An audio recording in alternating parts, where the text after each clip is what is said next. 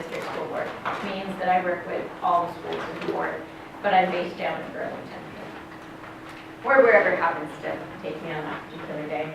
I'm involved, if you think it's green, then I'm the person you end up talking to. So whether it's talking about waste management, energy conservation, eco schools, school ground greening projects, building outdoor classrooms, environmental education, getting kids outside, involved in the outside.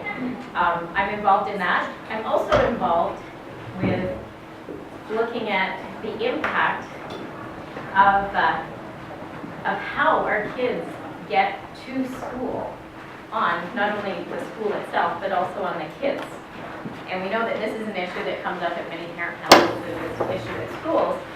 So I'm here to talk to you about the impact of that, and not just, probably not from the same perspective that you've heard it come across before. So I'm going to talk to you about getting started on the right foot. And basically, the right foot is the one that you start off using active and sustainable transportation to get to school. And why does this have a big impact on our kids? I have 4 kids, 2 of whom have gone all the way through the Halton District School Board system, 2 of whom are currently in high school. So we've had it all. I had 4 kids in 4 schools one year. It was an interesting experience. Sat them all down at the end of the school and said, nobody gets in trouble, we're all good. So we were okay. They took buses, they walked, we made it to school. So for a minute, I want you to think back to how you got to school. What was your trip to school like? What was your journey like on the way to school? When I was a kid, my little pointer that I borrowed from somebody doesn't have batteries in it. You neglected to tell that. So we're going to have to go back to the old thing. A lot of times when we look at the picture in the paper, the first day of school, what does the first day of school look like? It looks like this. We're walking. And, there's the standard joke about how did you get to school? Well, it was, 2 miles uphill, both way directions through snow, and it took us hours. I guess they do make it in now. There you go. This is the other part that people think about. They think about bikes, and in this day and age, it's scooters and skateboards and everything else. We look at how kids get to public transit, whether it's a school bus or if you're in high school using public transit, using your feet, being active on the way there. Reality is sometimes we see this. So what is the impact of this on our kids and on the start of their day? So, stress. It's stress. It's stress for the parents who have to leave and go out to school. Stress for all the kids in there. You're going to be late. Let's get going. So why do we need to be looking at different ways of getting the kids to school? The reality is that having our kids sit in cars or being driven to school has an impact on stress. Can you imagine how many people here have ever been lost? Yeah, I've been lost more than once, but how did you feel when you were lost? When you didn't know how to get where you wanted to go? Maybe a little bit of stress, a little bit of anxiety. Think about it. When we have, and I don't know how your kids get to school, but if we have kids who are in cars, chances are the way I walk through school startups and downs all the time, you'll see a video screen. The kids are ready. What are they doing? They're looking down.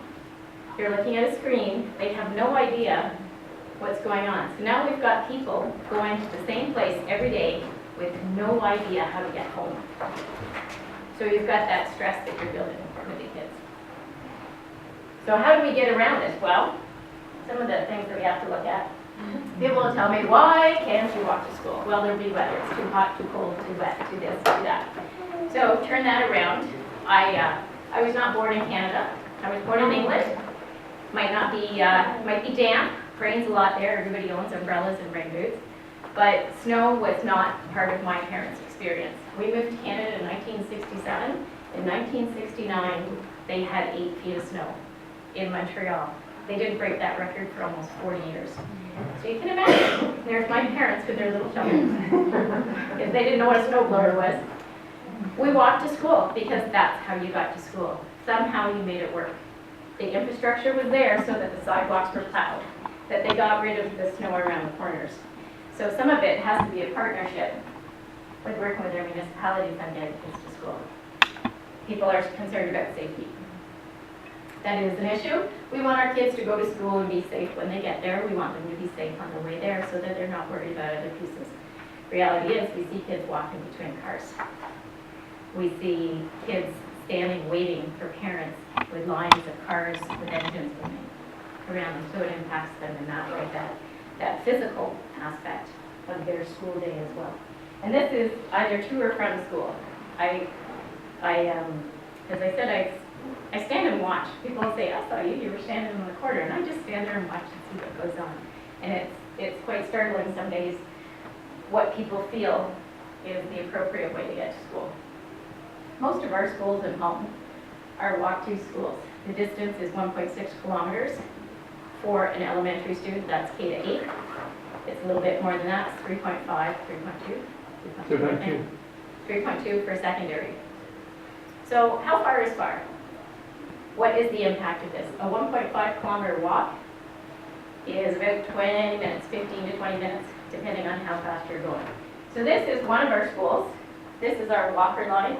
I showed this to a bunch of kids, and they were just amazed. They called them walker dots. So now we have walker dot maps because that's what they call them. It's not what planning calls them, but that's what they call them.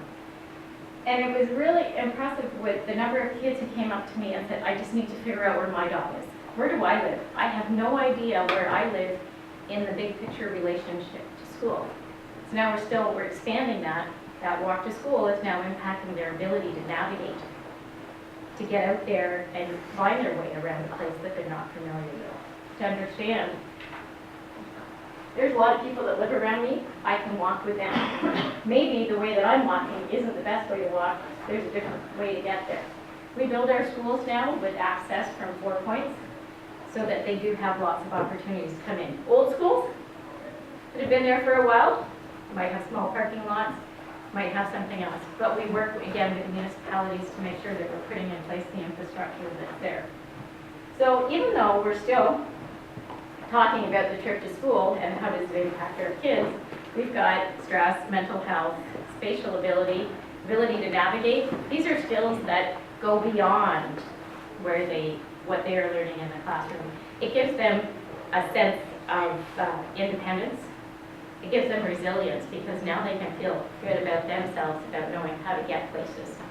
They know how to take care of themselves if they have to go a different way.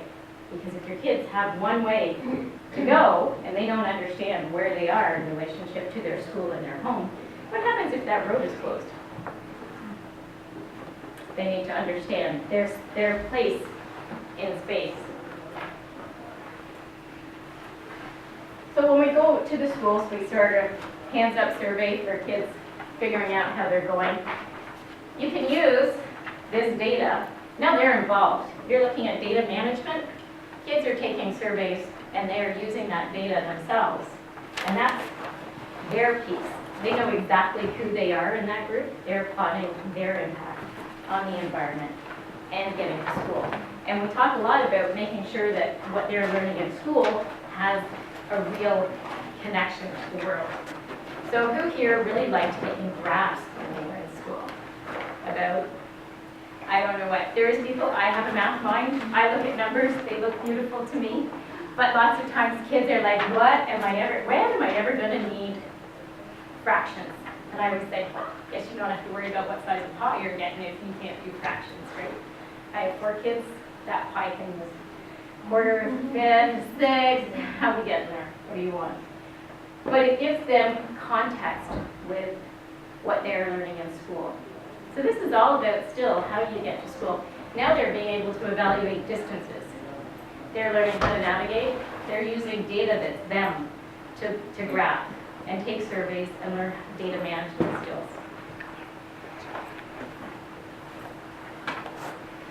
And this is the part that we talked about in the thing. Active kids learn better. It has a measurable impact on how their brain is activated. So these 2 pictures here, this is physically active kids have more active brains. So they did brain scans on kids. This is 20 minutes sitting quietly. This is 20 minutes of walking. Oh, remember that? 1.5 kilometers on the way to school? 20 minutes. 20 minutes of walking Red is more active, blue is less active.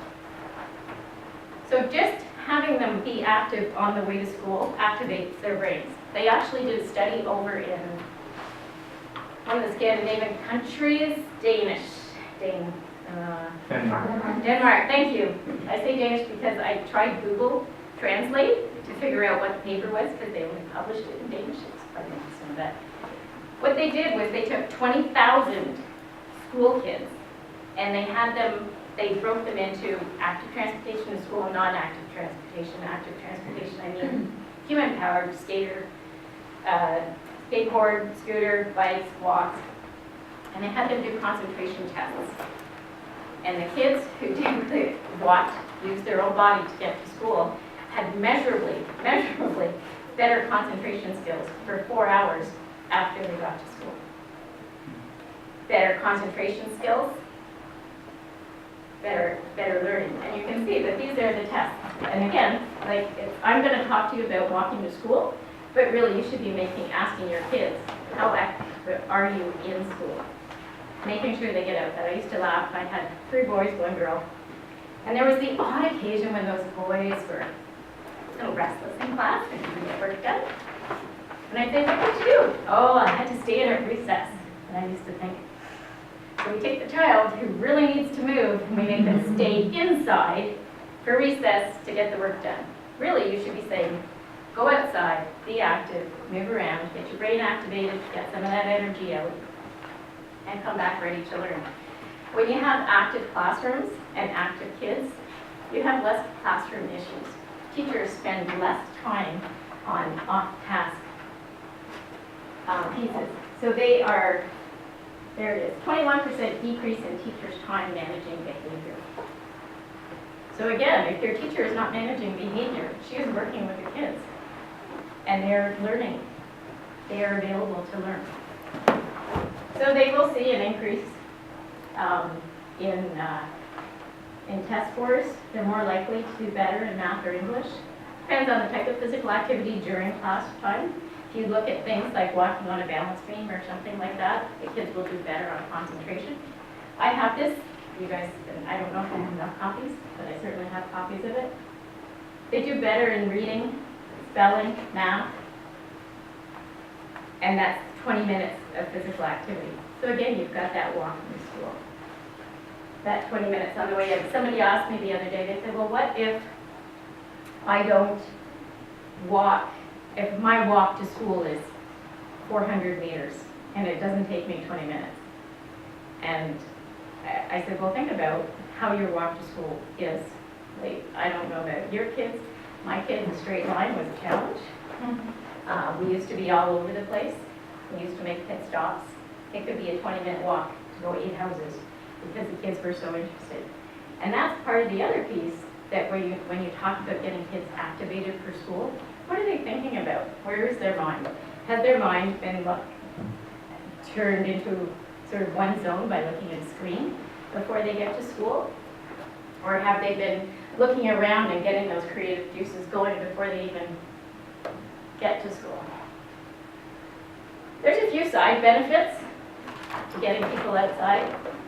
If you're outside, you're more likely to ask for green space, to be promoting green space in your own area. Spending time outside increases creativity, curiosity, and problem-solving ability, all of which are some of those skills that we really need in the classroom. It also makes you nicer. So the community is benefiting as well. And that's one of the things that we say. There was a school, one school ran Walking Wednesdays.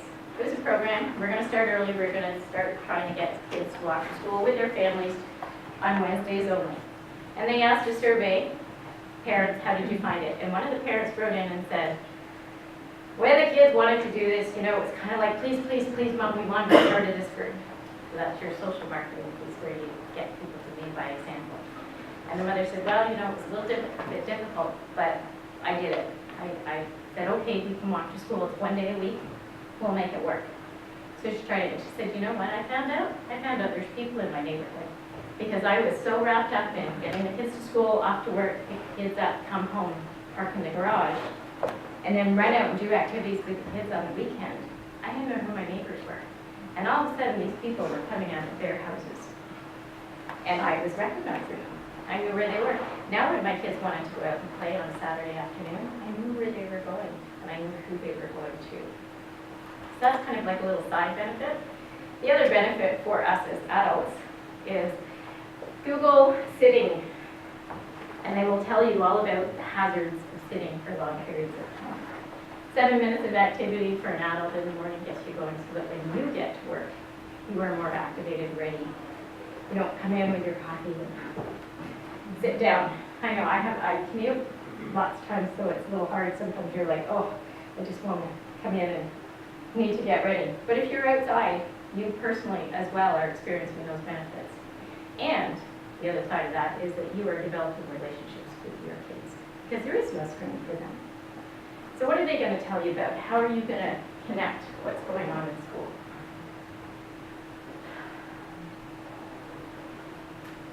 We can learn how to use programs to figure things out, to see, again, where do I live? How do I get there? How much time does it take? This is called iSchool Travel. Anybody can use it. Put in your school, put in where you live, tells you how far the distance is. Is it an app or a website?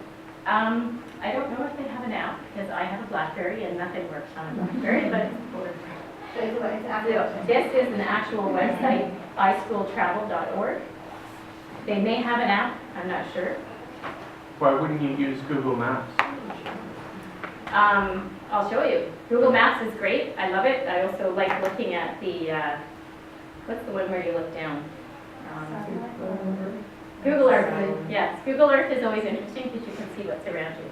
This one, specifically designed for schools, allows me to pick how I'm getting to school and see the impact of what I'm doing. So I look and I say, okay, I get driven back and forth to school every day. 10 trips. I live 1.2 kilometers, that was the distance, 1,200 meters. That results in 888 kilometers for the parent driving. It has a cost of 108 liters. This is, I believe, for a minivan, which will cost you $152 roughly. And you will emit 21.21 tons of greenhouse gases just for the trip to and from school. So then we have the kids telling us, what changes can I make? And they say, well, you know what? I can walk 3 times. I can take a bike both ways, because you have to go. Someone said, well, why can't I bike once? And I'm like, well, you gotta have the bike. It works better if the bike goes to school and comes home again, kind of. But, and we say bike, they didn't take the bus, and they still were picked up or dropped off 5 times. What happens? Everything's cut in half. But not only that, start looking at the energy use. So now they've walked 133 kilometers and biked 89 kilometers over the year. And they've cut their car trips in half. So that contributes to their physical activity as well. I live 1.5 kilometers from the school that my kids went to for elementary. And my son used to say, how come I don't get the bus? And I'm like, the distance is 1.6. And we live 1.5. Anyway, you cut it, it's 1.5. So I did this for him with our school, and it was over 500 kilometers in the year that he would walk back and forth to school. Every year he used to say to me, Mom, can I get on the bus? Can I get that courtesy seat thing? And I go, sure, honey. You just go down and get the form, and I'll sign it when you bring it home. So when it got really cold in January, he would go to the office. Hi, can I get the bus form that I can sit on the bus? And they used to say, yeah, we're sorry, Nate. You were supposed to come in September if you really wanted that. So he would be like, oh, okay, I'll walk. And it translated that now, when they heat those cold, really cold days last year, because I grew up in Ottawa and I kind of say, you know what, you want to dress appropriately. There's no such thing as bad weather, there's only inappropriate clothing choices, which with a grade 8 boy, I can tell you can be pretty inappropriate. I said, well, how do you feel when you're in school all day? And he said to me, he goes, oh, we figured that out. And I said, what do you mean? Because the recesses would be curtailed for outside because it was too cold. He goes, oh, we sign ourselves out for lunch and go for a walk. And I thought, you walk to and from school, now you're walking at your lunchtime, and you're still getting that activity, and you're still okay. And yes, you are still wearing possibly inappropriate clothing, but now you've got a hat and gloves on. You can look at using surveys. So that's the difference between Google Maps, Google Earth, and iSchool Travel is that they can do this and see the impact of what they're doing.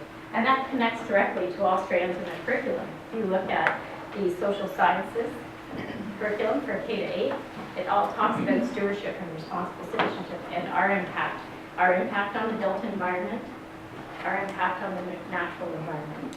So these are pieces that can be used directly in the classroom. And kids, they're fascinated by this. Can I try it? Can I find my dot? Can I find where my friend's dot is? Can we go forward? Can I see how it goes where I'm making connections? There's other places you can tie this into. Literacy, if you've got younger kids. I think I saw it on Mulberry Street. First book Dr. Seuss ever wrote was about the trip to and from school. And what did you see on your trip to and from school? And he sees a horse and carriage, but that can't be it. So he goes on and he continues to make up all these stories, creativity flowing. I've got to come up with a really great story because nobody will believe this. He's got bands and people, elephants pulling wagons and the mayor's waving. Isn't that great? The mayor's waving and kids walking to school. Gotta like it. What's the name of it? To think I saw it on Mulberry Street. You can have contests. We had one school that took pictures of all the staff feet with their shoes, and then you had to match up whose shoes matched with which teacher, and the kids who did the best won. So then again, you're building those observation skills. We want kids to be observant. We want them to notice what's happening around them. We can see who's wearing boots, who's wearing runners. Kids are pretty good at it, actually. You'd be surprised what they're noticing. I was at a school and I went out and I said, okay, so I'm going to take a walk around your school. And I went and I took pictures. I have no idea whose house this is, but the kids were amazed. How can we take this and expand it into what we're learning in the classroom? Well, you start looking at things like this, ask kids, what are these? They're pumpkins, they're pumpkins. Why would someone have pumpkins on their front porch? And they've got a million answers. And then I look over and one child goes, that's my house. I'm like, oh, that's great. I love your pumpkins, the ghost pumpkin. And it kind of goes from there. You're using that trip to school to make what they're learning in the classroom real. They can connect to it. So we had kids say, okay, where's this? This was another picture I took. It's a lock on a fence. Why is there a lock on the fence? I don't know. Someone just put it there. And then the next morning, I happened to be at the same school after I talked to kids the day before. There's 4 boys looking at this lock. I found it, Ness. I found the lock that you were talking about yesterday. Some of the kids could tell me where it was. They knew where it was in relation to their school. But then we talked about, how does that work? And all of a sudden, it became a whole other piece that you could build in. What's happening on your way to school? How does that build in and get kids going, getting them thinking, well, if I knew how that worked, maybe I could open it. Or maybe you can't learn how to work. But the question is there. And again, it's building that interest and that questioning, because that's when we learn the most. When we are interested and we have a vested interest in it. Just a quick question, I might have missed it. At what age do you suggest that it's okay to have the kids walk on their own? Because although our son is a safe walker, he's in grade 4, we would be missing out on the whole parent engagement part of the conversation. So we love putting babies, like soon, 2 babies, stroller, doing the parent walk. Is obviously the physical activity is as beneficial. We're going to get that either way. But this engagement piece, what age would you keep walking them to school? Well, that kind of makes me laugh, because when I was in school, when I asked people to think back, and certainly in North America, I think my mother picked me up once from school because we didn't talk to our parents in public when I was a teenager. That was kind of like, parents were over here, and we were over here, and if your parents were out in public, it kind of, don't talk to me.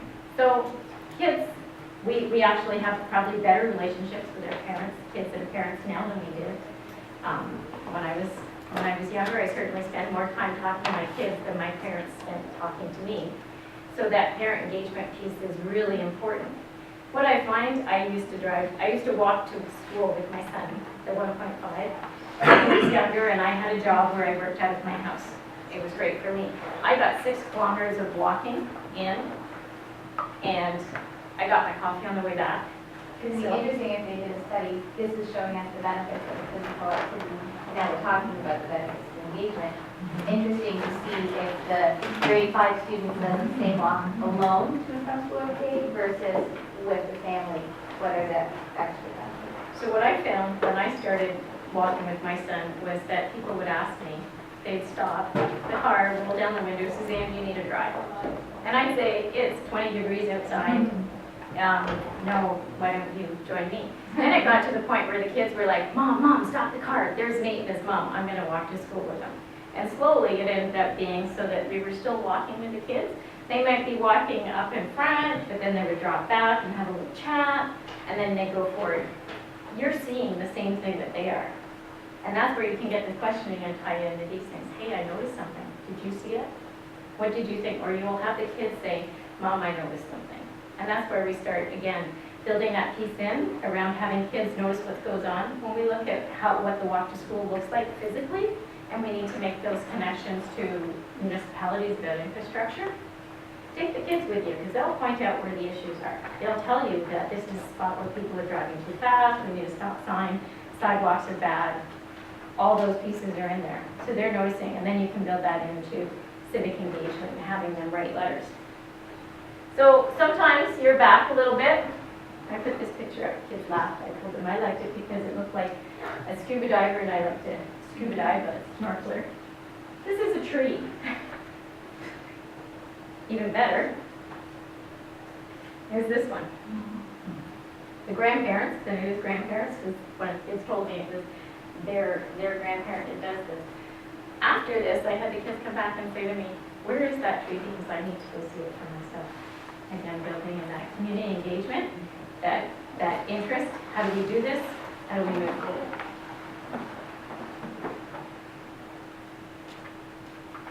So we're talking about when do you let your kids walk to school? Well, walking to school as a group has its benefits too, aside from the parent engagement. It's building those relationships with the kids in their grade. It's creating a safer community.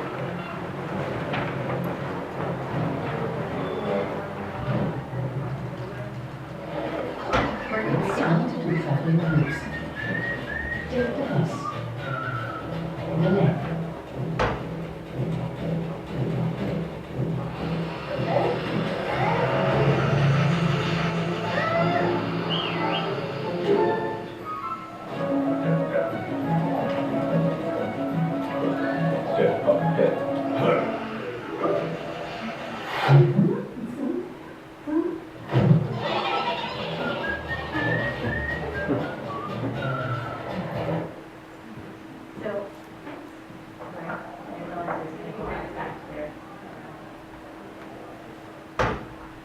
When you're looking at the kids, we have the kids engaged at the younger levels. Again, your data management, how far do they walk? How much physical activity have they had? So they're very engaged at this level. We want them still engaged when they're a little bit older. There's been a lot of research done on why people don't let their kids walk to school through the University of Toronto. But what they're seeing now is that impact of that simple thing, taking that first step on their way to school, the impact of what's happening to the kids in the classroom. They're better socially. The kids, again, that independence, that resilience that you're building with your students. I was talking with one of the presenters from this morning, and we were saying about as the kids grow older, understanding your space, where you are, time and place. When your kids get older and they go to university, I have a nephew who said to me, Aunt Suzanne, oh my goodness, you wouldn't believe how far the walk is from my residence to the engineering building. And I looked at him and laughed and said, well, I would because I went to the same university as McMaster, not a huge campus. And he said, oh, it's so far.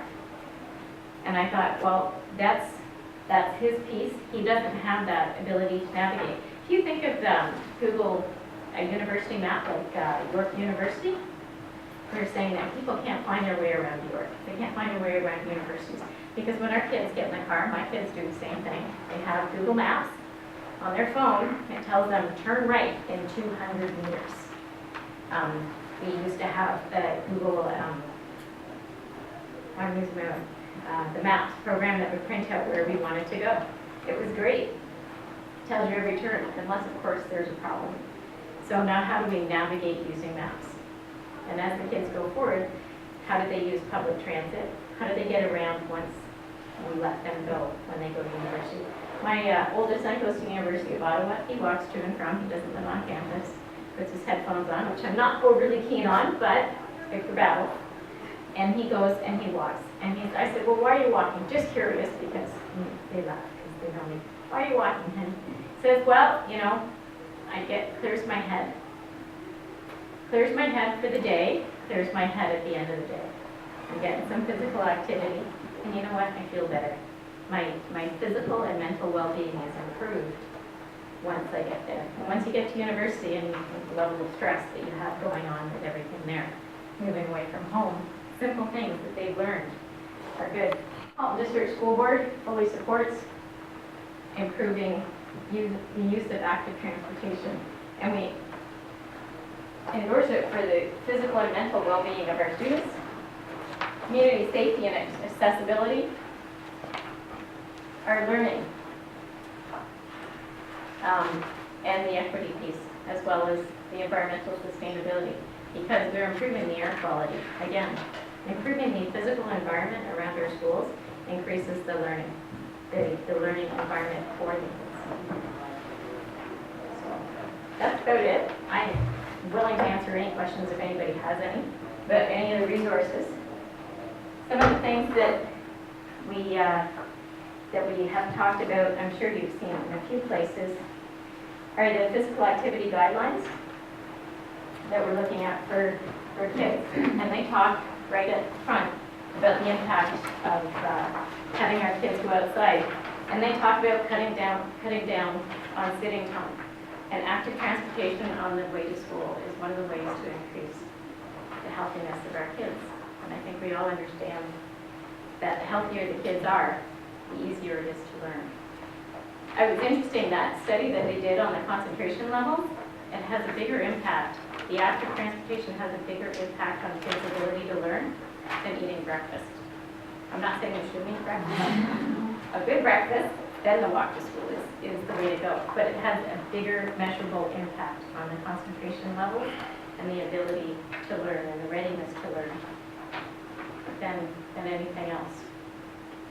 So that is why we're hoping that schools will start and the parents will take on that piece of getting the kids ready. Because kids ready to learn, make it easier for everybody in school and going forward. So we have all of these resources available, including the Active Kids Learn Better infographic. Sorry, I don't print anything in color unless I absolutely have to.